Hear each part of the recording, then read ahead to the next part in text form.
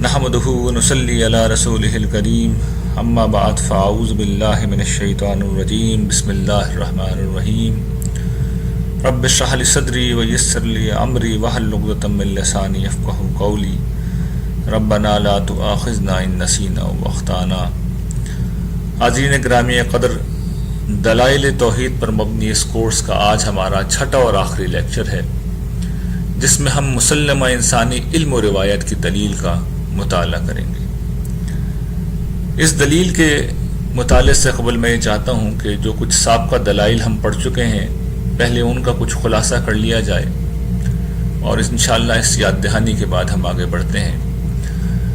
ہم نے اس سلسلہ کلام میں سب سے پہلے ربوبیت کی دلیل کا مطالعہ کیا تھا، اور ہم نے یہ دیکھا تھا کہ اس دنیا میں زندگی اور بقائے زندگی کا جو پورا اہتمام ہے وہ اس بات پر دلالت کرتا ہے، اس بات پر شاہد ہے کہ اس کائنات کا ایک بنانے والا ہے، جس نے اس دنیا کو اس طور پہ بنایا ہے کہ یہ زندگی کی جائے قرار بن گئی ہے۔ یہ دنیا، ہماری زمین، زندگی کی جائے قرار بن گئی ہے، زندگی کو یہاں پناہ حاصل ہے، اور پوری کائنات میں یہی ایک جگہ ہے جہاں پر وہ ساری قوتیں جو باقی کائنات میں تو تباہ کن ہیں، باقی کائنات میں تو زندگی کی قاتل ہیں، یہ جب اس کرۂ ارض پہ آتی ہیں تو وہ زندگی کو بچانے والی، پروان چڑھانے والی، اس کو نشو نما دینے والی بن جاتی ہیں۔ تو یہ خالق و مالک اس بات کا مستحق ہے کہ تنہا اسی کی عبادت کی جائے۔ دوسری دلیل قدرت کی تھی، جس میں ہم نے یہ دیکھا تھا کہ اس کائنات کا خالق و مالک جس نے یہ سب اہتمام کیا ہے وہ ایک بڑی طاقتور ہستی ہے، اس کے ہاتھ میں سب کچھ ہے، کائنات کا نظام وہ چلا رہا ہے، اس دنیا میں جو فیصلے ہوتے ہیں وہی کرتا ہے، جو کچھ دیا جاتا ہے اسی کے پاس سے دیا جاتا ہے، عزت اسی کے پاس سے ہے، ذلت بھی اسی کے حکم کے بغیر نہیں آ سکتی۔ اس دنیا میں لوگ اگر کچھ پاتے ہیں تو اس کی عطا سے پاتے ہیں، محروم ہوتے ہیں تو ایک ہی دروازہ ہے جس سے رجوع کر کے اپنی محرومی کو دور کیا جا سکتا ہے، وہی ہستی ہے جو ہماری عبادت کی اور ہماری بندگی کی مستحق ہے۔ تیسری دلیل ہم نے نظم کائنات کی دلیل دیکھی تھی، اور اس میں ہم نے یہ دیکھا تھا کہ یہ کائنات اپنے ڈیزائن سے، اپنی جس طریقے سے وہ مسخر ہوئی ہے، اور جس کے لیے قرآن نے سجدے میں ہونے کی تعبیر اختیار کی ہے، اور یہ حقیقت گرچہ ہم اپنی آنکھوں سے دیکھتے ہیں کہ اس کائنات میں بڑی ہی متضاد قوتیں ہیں، لیکن وہ سب کے سب جس طرح ہم رنگ اور ہم آہنگ ہو کر ایک یونٹ ہو کر کام کرتی ہیں، اس سے یہ معلوم ہوتا ہے کہ اس کائنات کا بنانے والا ایک ہی رب ہے۔ اگر کچھ اور شرکا ہوتے تو وہ اپنے اپنے زیر اثر قوتوں کو لے کر الگ ہو جاتے، کائنات میں اس طرح امن نہیں ہوتا، اس طرح ہم آہنگی نہیں ہوتی، اس طرح زندگی نہیں پائی جاتی، جو حسن، جو خوبصورتی، جو مقصدیت اس وقت نظر آتا ہے وہ نہیں پایا جاتا۔ اس کے بعد آخری دلیل فطرت کی تھی، جس میں ہم نے یہ دیکھا تھا کہ خارج کی جو دلائل ہم قرآن مجید میں پڑھ رہے ہیں اور وہ جس حقیقت کی طرف رہنمائی کر رہے ہیں وہ محض ایک منطقی بات نہیں ہے، بلکہ ہمارے اندر سے اس کی تائید میں ایک آواز ابھرتی ہے جو یہ بتاتی ہے کہ واقعتاً ہمارا ایک رب ہے جس کے آگے سجدہ کر کے ہی ہمیں سکون ملتا ہے، جس کی بندگی اور جس کی عبادت کر کے ہی ہمیں سکون ملتا ہے۔ اور اگر ہم کسی وجہ سے اپنے حالات کے زیر اثر، اپنے ماحول کے زیر اثر اپنی بندگی کا رخ غیر اللہ کی طرف موڑ دیں تو جب کبھی مشکل آتی ہے تو ہم یہ جان لیتے ہیں کہ اصل ہستی رب العالمین کی ہستی ہے، اور ہم اسی کو پکارتے ہیں، اسی کے حضور کو گڑاتے ہیں، اسی سے رجوع کرتے ہیں، وہیں سے ہمیں سکون ملتا ہے اور وہیں سے ہماری مشکلات حل ہوتی ہیں۔ اس خلاصے کے بعد ہم آگے بڑھتے ہیں، اور آگے بڑھ کر جس چیز کو آج ہمیں پڑھنا ہے، یعنی مسلمہ انسانی علم و روایت، اس کے بارے میں ہم گفتگو کرتے ہیں۔ دیکھیں، اس کے دو پہلو ہیں۔ اس کا ایک پہلو مذہب کی روایت ہے، یعنی جو روایت ہے، علم کی روایت ہے، عملی روایت ہے، اس کا ایک پہلو مذہب کی روایت ہے، اور دوسرا مسلمہ علم کی روایت ہے۔ یعنی ایک وہ روایت ہے جو اہل مذہب نے قائم کی ہے، اور دوسری وہ روایت ہے جو اہل فکر نے قائم کی ہے، اہل دانش نے قائم کی، اور دور جدید میں اب جدید سائنسی علم نے اسے اسٹیبلش کیا ہے۔ دونوں خدائے واحد کے حق میں گواہی دیتی ہیں، اور اس کے علاوہ کسی اور چیز کے حق میں وہ گواہی نہیں دیتی، یعنی نہ وہ مشرکانہ توہمات کی تائید کرتی ہیں اور نہ خدا کے انکار کی تائید کرتی ہیں۔ اس کی تفصیل بھی ہم انشاءاللہ اب دیکھیں گے۔ پہلے مذہب کی روایت کو لیجئے۔ دیکھیے جو مذہب کی روایت ہے اس کے بارے میں قرآن مجید نے جگہ جگہ یہ واضح کیا ہے کہ انسانیت کا جب آغاز ہوا تو سب انسان ایک ہی طریقے پہ تھے۔ کان الناس امۃ واحدہ، قرآن سورہ بقرہ میں بیان کرتا ہے لوگ تو ایک ہی امت بنائے گئے تھے۔ اور ہم یہ جانتے ہیں، اس کا پس منظر بھی معلوم ہے کہ انسانیت کا آغاز اگر توحید پر ہوا تو اس کی وجہ یہ تھی کہ پہلی ہستی، پہلے انسان حضرت آدم علیہ السلام خود ایک نبی تھے۔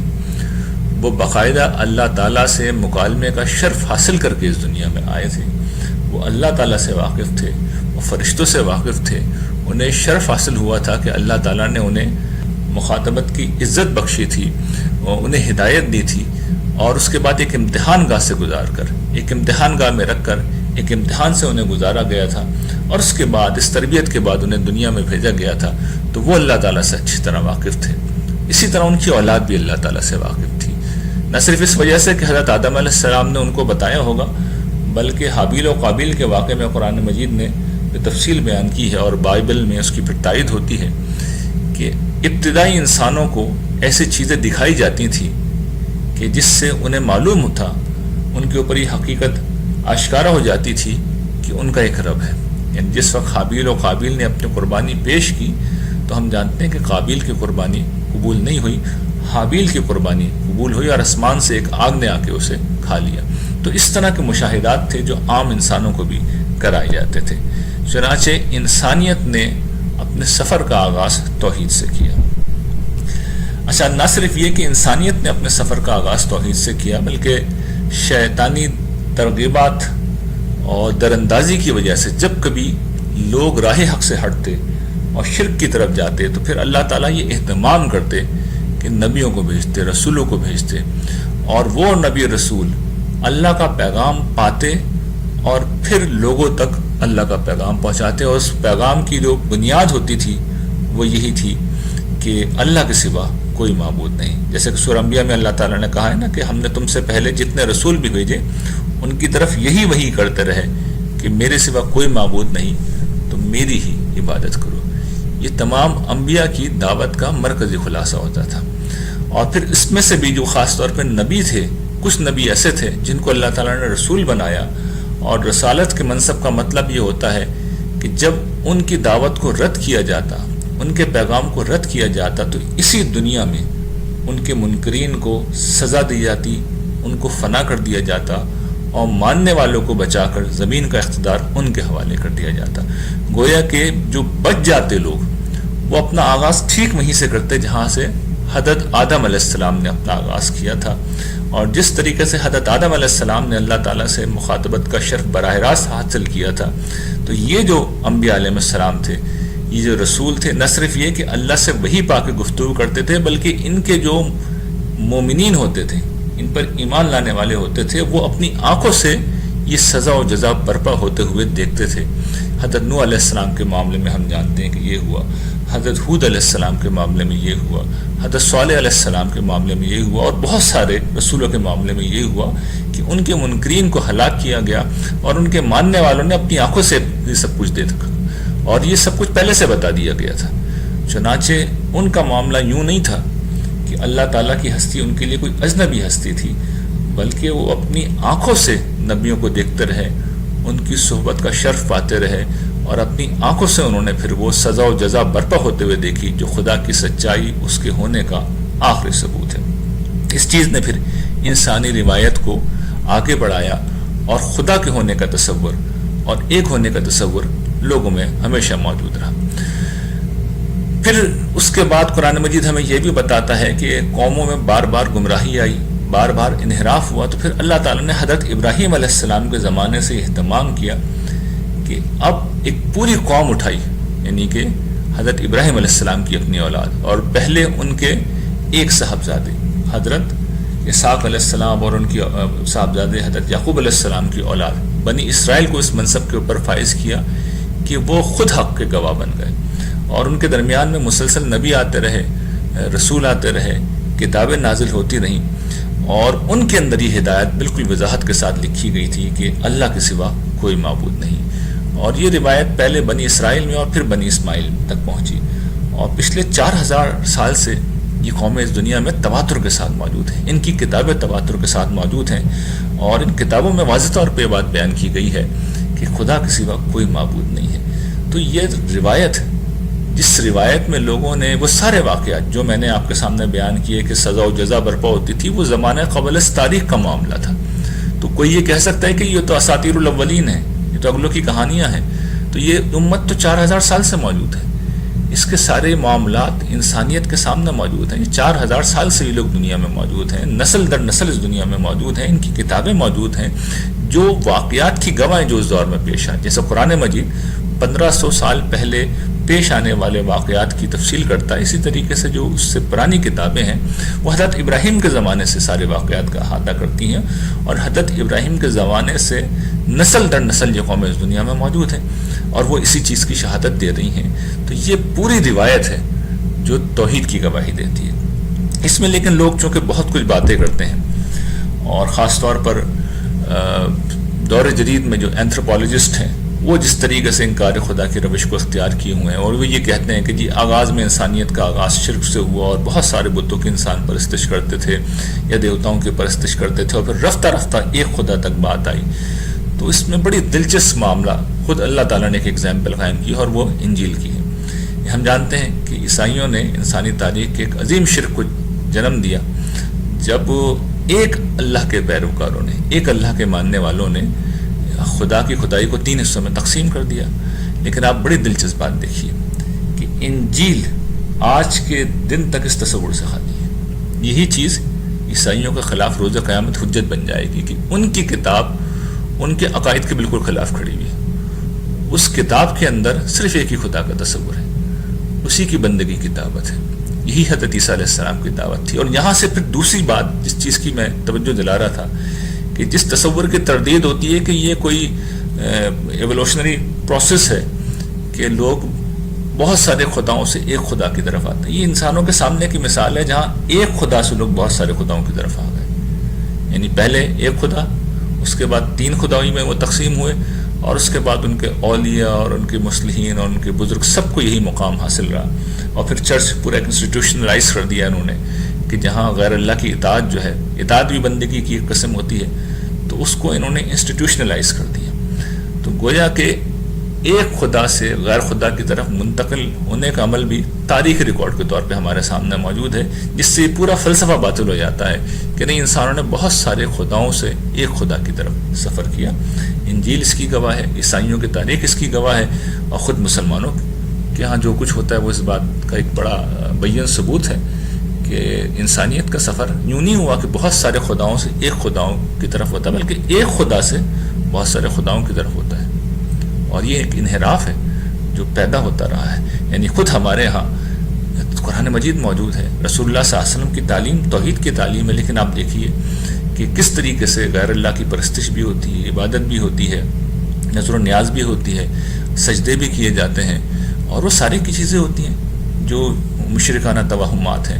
تو یہ اس بات کا ثبوت ہے کہ انسان انحراف کرتے رہے۔ تو یہ پوری وہ تاریخ روایت ہے جو ہمارے سامنے موجود ہے۔ قرآن مجید اس پوری روایت کو پیش کر کے کہتا ہے کہ اس میں سے کون سی چیز ہے جو شرک کے حق میں گواہی دیتی ہے۔ قرآن مجید نے سورہ اعقاف میں اس کو بیان کیا ہے، اور یہیں سے پھر اب ہم اس دوسرے پہلو کی طرف بھی بڑھیں گے کہ ایک تو انسانی مذہبی روایت تھی، دوسرا علمی روایت ہے۔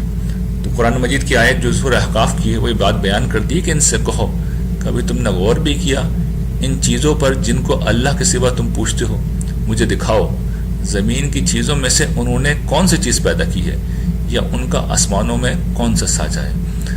میرے سامنے اس سے پہلے کی کوئی کتاب پیش کرو۔ یہ ہے جو قرآن مجید جس کا حوالہ دے رہا ہے کہ کہاں ہے کتابیں تو یہ ہیں، یہ ہم نے نازل کی ہیں۔ تم بتاؤ کہ تمہارے بتوں نے کون سی کتاب نازل کی ہے؟ تم جن جنوں کو پکارتے ہو ان جنوں نے کون سی کتابیں نازل کی ہیں؟ تم جن بزرگوں سے آس لگائے ہوئے ہو انہوں نے کون سی کتاب نازل کی ہے؟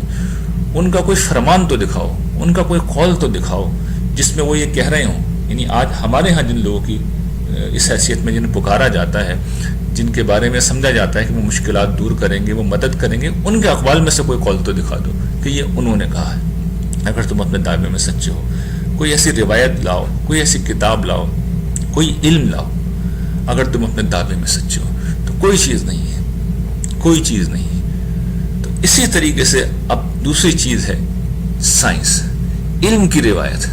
کیا اس میں کوئی شرک کی گواہی ہے؟ کیا اس میں کوئی الہات کی گواہی ہے؟ قرآن کہتا ہے ایسی بھی کوئی بات نہیں ہے، کوئی بات ایسی نہیں ہے۔ اور سب سے پہلی بات قرآن جو توجہ اس آیت میں دلائی گئی ہے کہ بھئی تم بتاؤ، اگر یہ تم کہتے ہو کہ خدا کے سوا دوسرے معبود ہیں تو انہوں نے کیا پیدا کیا بتاؤ۔ اور اسی طریقے سے جو قرآن یہ کہتا ہے کہ دیگر مقامات پر کہ یہ سورۃ طور میں نے پہلے بھی اس کا حوالہ دیا ہے کہ کیا بغیر کسی خالق کے پیدا ہو گئے ہیں۔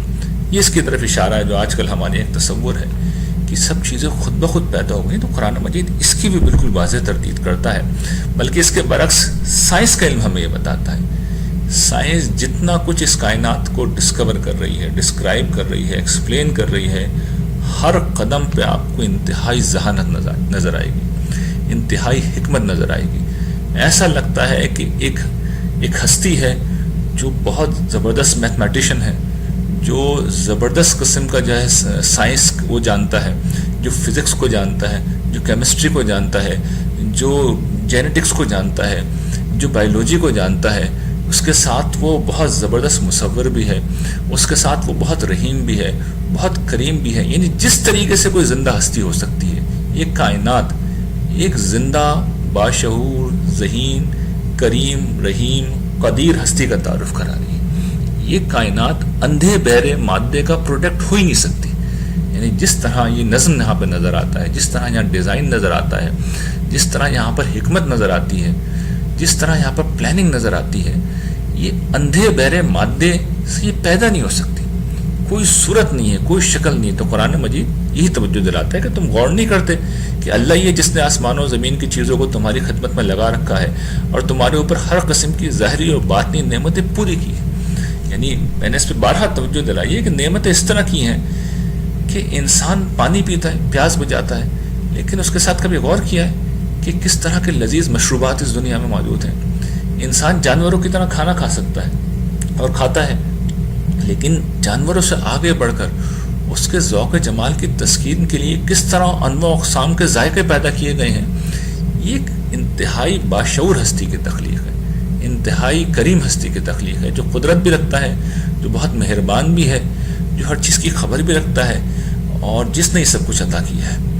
تو پھر قرآن مجید توجہ دلاتا ہے کہ لوگوں میں ایسے بھی ہیں جو اللہ کے باب میں بغیر کسی دلیل، بغیر کسی ہدایت، بغیر کسی روشن کتاب کے جھگڑتے ہیں۔ تو یہ جو کوئی علم ہے، یہ جو دلیل ہے، یہ بھی کوئی شرک کی گواہی نہیں دیتا۔ یعنی سائنس نے یہ نہیں بتایا کہ اس کائنات میں کچھ حصہ تو کوئی خدا چلا رہا ہے، دوسرا حصہ کوئی دوسرا خدا چلا رہا ہے۔ ہر جگہ ہم آہنگی، جو قوانین زمین پہ ہیں وہی قوانین لاکھوں کروڑوں میل دور بھی چل رہے ہیں، وہی قوانین چل رہا ہے، وہی میتھمیٹکس ہے۔ Mathematics is the language of universe. پوری کائنات میں ایک ہی لینگویج جاری ہے ساری۔ اس کا مطلب ہے سب بنانے والا ایک ہی ہے۔ یہ توحید کے حق میں بالواسطہ دلیل ہے، اور پوری کائنات کا یہی معاملہ ہے۔ اسی طریقے سے یہ بات کہ یہ عدم سے وجود میں آئی، عدم سے وجود میں بے شک آئی ہے، لیکن کیا خود بخود آئی ہے؟ تو کامن سینس یہ کہتا ہے کہ خود بخود اس درجے کی مہارت، اس درجے کی ذہانت وجود میں نہیں آ سکتی۔ اور پھر میں نے اس پہ بارہا توجہ دلائی ہے کہ اس کے لیے جن اتفاقات کی ضرورت ہے، کہ اتفاق سے ایسا ہو گیا، اتفاق سے ایسا ہو گیا، یہ ہو نہیں سکتا۔ دیکھیے یہ کائنات ایک ڈائریکشن میں آگے بڑھ رہی ہے۔ جس طریقے سے بچہ ماں کے پیٹ میں ہوتا ہے اور ایک خاص سمت میں آگے بڑھ رہا ہوتا ہے، جس طریقے سے ہم اپنی زندگی کو گزارتے ہیں اور اس دنیا میں ایک ہم وجود میں آتے ہیں، ایک وقت میں ہمارے دانت آ جاتے ہیں، ایک وقت ہوتا ہے کہ ہم اولاد پیدا کرنے کے قابل ہو جاتے ہیں، تو یہ سب چیزیں یعنی با مقصد طریقے پہ آگے بڑھ رہی ہیں۔